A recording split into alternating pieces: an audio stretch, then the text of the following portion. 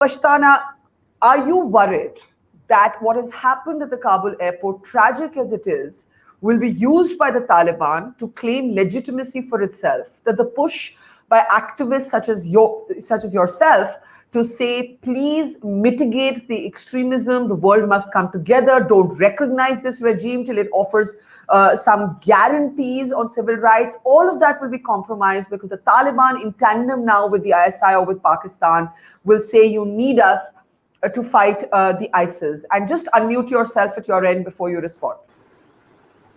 I'm gonna be honest. I mean, like, let's put the Afghan women, because we are seen as collateral anyways, right? I mean, like, it's a very practical discussion. Most of the time I do my actor stuff, so I'm very ideological. I stick to my rules. But now that you guys are talking about terrorism and groups and 90s and 80s, let's see at one thing. 9/11 happened. Bush wanted to invade Afghanistan and Iraq. It happened. It went well, and they came in, they did whatever they wanted, they found allies, and who were not with them were against them. If you remember Bush, that's what he said. Post 2 decades, you forgot, you left, and you forgave the people who were allies to all those things. Just like, imagine it. ISIS-K will follow the same example. They will attack you, they will hunt you down, they will do whatever they want. Post 2 decades, post 3 decades, you'll forgive and forget. And by that, I mean the Western allies. It's not just Afghan women or us asking for rights or all that.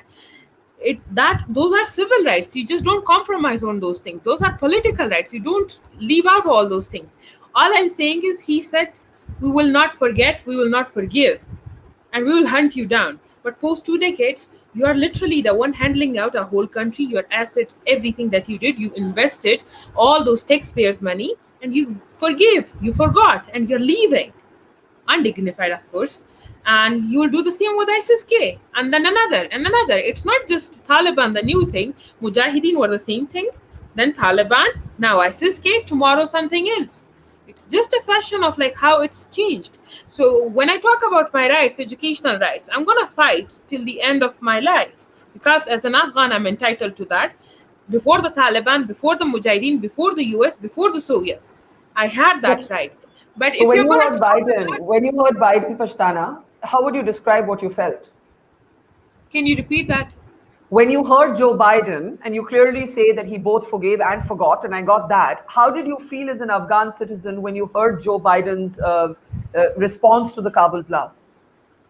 I find it amusing. I find it amusing that they still believe that there is some sort of leverage that they could use now.